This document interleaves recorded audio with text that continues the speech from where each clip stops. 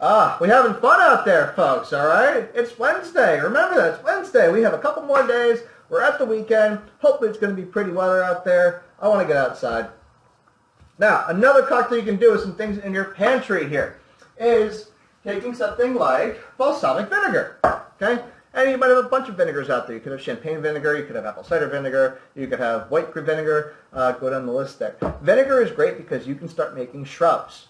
Shrubs are very key because you can start preserving fruits for a long period of time, preserving their flavor for a long period of time. Shrubs were used to be used a long time back in the day, really back more in the rural areas of America. What they would do is they would combine their vinegar with sugar and their fruit. And the fruit, they didn't have refrigeration. They really didn't have storage or anything. So to get that fruit to last longer, they'd combine it with vinegar and sugar to make shrubs. And you still have that little sting of the vinegar there, but you'll still get some of that flavor of the fruit and be able to use it in different recipes and different cooking apparatuses. Now, shrub does take some time. There are fast ways of doing this. There are hot shrubs you can do that you can make in an hour or two. It's not that bad. But I prefer the cold shrub method because I don't like to cook the fruit. I want to be able to get that fresh, natural fruit. That's why I'm making a shrub. I want that fresh, natural flavor coming through. Now, what I did a few weeks ago, I actually took some balsamic vinegar, a pint of strawberries, and a couple cups of sugar. All right, literally equal parts chopped up strawberries, chop it up into a measuring cup, equal parts of sugar. Then I put that all together in a mixing bowl, put some saran wrap, let it sit in the fridge. Every day, give it a stir. And over time, over about 2 weeks, the sugar pulled all the juices, all that flavor out of those strawberries. And eventually had like this strawberry syrup in there. And it was a cold syrup, so there was no burning, there was no jammy flavor. It was literally just like biting into a fresh, sweet, ripened strawberry. After that, took the solids out, added balsamic vinegar to it, stirred it around, dissolved the rest of the sugar, and I had a strawberry balsamic shrub. Over time, that balsamic vinegar ate up the sugar, ate up the rest of the sugar, and it just made it better. You can do this with other fruits. It doesn't have to be balsamic. It doesn't have to be strawberries, but just kind of an example. Google how to make shrubs, cocktail shrubs. You're going to find loads of recipes out there. There are a few books as well you can look into. But when I was doing this, I made a great cocktail called a Pig in the Bush. This was using the Whistle Pig 10-year rye whiskey from Vermont. Love my friends up at Whistle Pig. Nate Woodruff. Nate, if you actually find Nate, Whiskey Nate out there in America, please give him a high five, give him a hug from afar, like maybe buy him dinner or something, because he's out there, he's touring America, he's spreading cocktail love and whiskey love and taking some great pictures. So if you see him, Whiskey Nate, please send him hello. All right, we're gonna use a fancy glass. We're gonna use Mr. Steve Fette cocktail glass out here, and this is a stirred cocktail. This is going to be reminiscent of kind of just like those first days of spring, where it's just a little bit dirty, it's a little bit muddy, but it's a little bit bright. For this cocktail, we're going to be using orange bitters. We're going to start with just 2 dashes of orange bitters.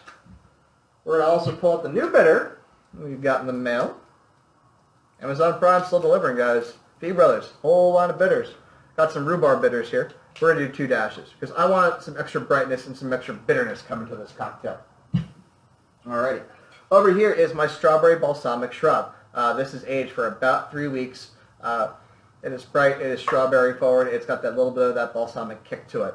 And I'm going to be just doing a ½ ounce in here.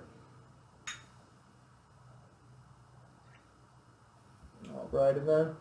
Another thing Whistle Pig makes is their maple syrup. They actually age it in their whiskey barrels. It is delightful. Be careful though. Sometimes you can put this in your coffee and people think you're drinking at work. And we're going to do a bar spoon of this, guys. Where is my bar spoon? There it is. There it is. Oh, I can't wait to get a bar back in here. We're just going to do a bar spoon. We want to add a little bit of sweetness. Now, that shrub still has vinegar in there, and that vinegar is going to have some tartness, that acidity. You have to balance that out with a touch of sweetness. You know, sweet is not a bad thing. Now, we're going to add some Averna Amaro. We mentioned Amaro a few days ago. This is a digestive. It is a neutral grain base. It is similar to a vermouth in that there are herbs and barks and bittering agents infused into here. The only difference is that it is a neutral grain base, not a grape base. So if you are a Manhattan lover out there and you just can't seem to get through a bottle of vermouth before it oxidizes, Amaro is a great substitute, and there's a lot of them out there. We're going to do a ½ ounce of our Averna.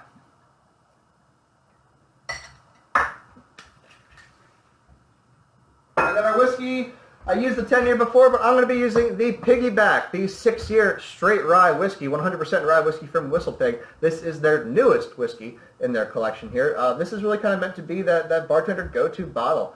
It's a little bit thinner, a little bit more streamlined to fit into a well and really kind of pop up there and woo, get a little pour going on. You know, you do what you can. But we're going to be using this rye today. It is 96.5% ABV, so I'm only going to use 1.5 ounces. I don't want to overpower this cocktail too much with booze.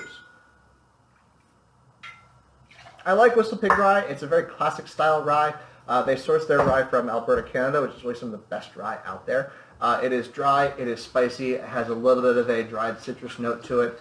WhistlePig is just a phenomenal product. Lost a good friend from there, Dave Pickerel, may he rest in peace, but he really kind of got WhistlePig off the ground floor and got them to do what they're doing today.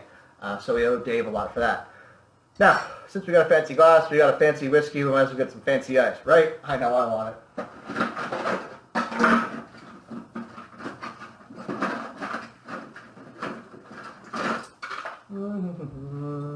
Got the big cubes going here, and then we'll add ice and get our stir on.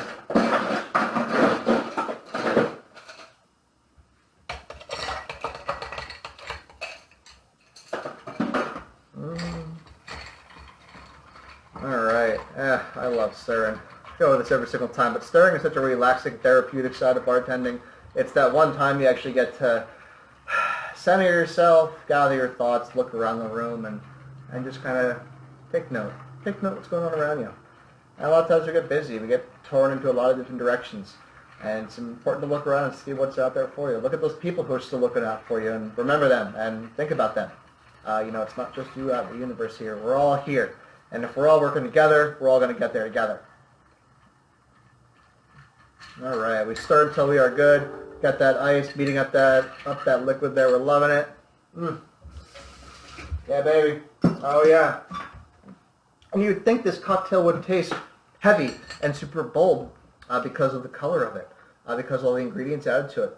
But in fact, it's actually bright, and it's actually a little bit dry, and actually has a little bit of that tartness from the vinegar still in there. It's just a really nice, sexy cocktail. All right, so we're just going to garnish with a strawberry, and I feel just like a little bit of orange zest on top as we round that out. Pop that guy in there.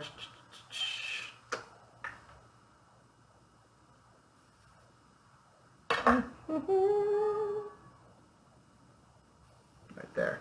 And right there I present to you a pig in the bush. A cheers to all of you out there on the gram, on the book faces, on the GoPros, all you guys. Cheers to you. Again, you can have some fun with making shrubs. Especially if you like to get a lot of fresh produce, fresh fruits, vegetables, and you don't seem to be able to go through all of them. You don't want to get into canning or anything. This is another simple, low-cost way that you can kind of get into it and have some fun. I have some friends who have really taken to the habit of doing this, and they're starting to make their own kombuchas, their own tinctures. They're really kind of taking that farm-to-table movement and pushing it forward. Okay, well, it looks like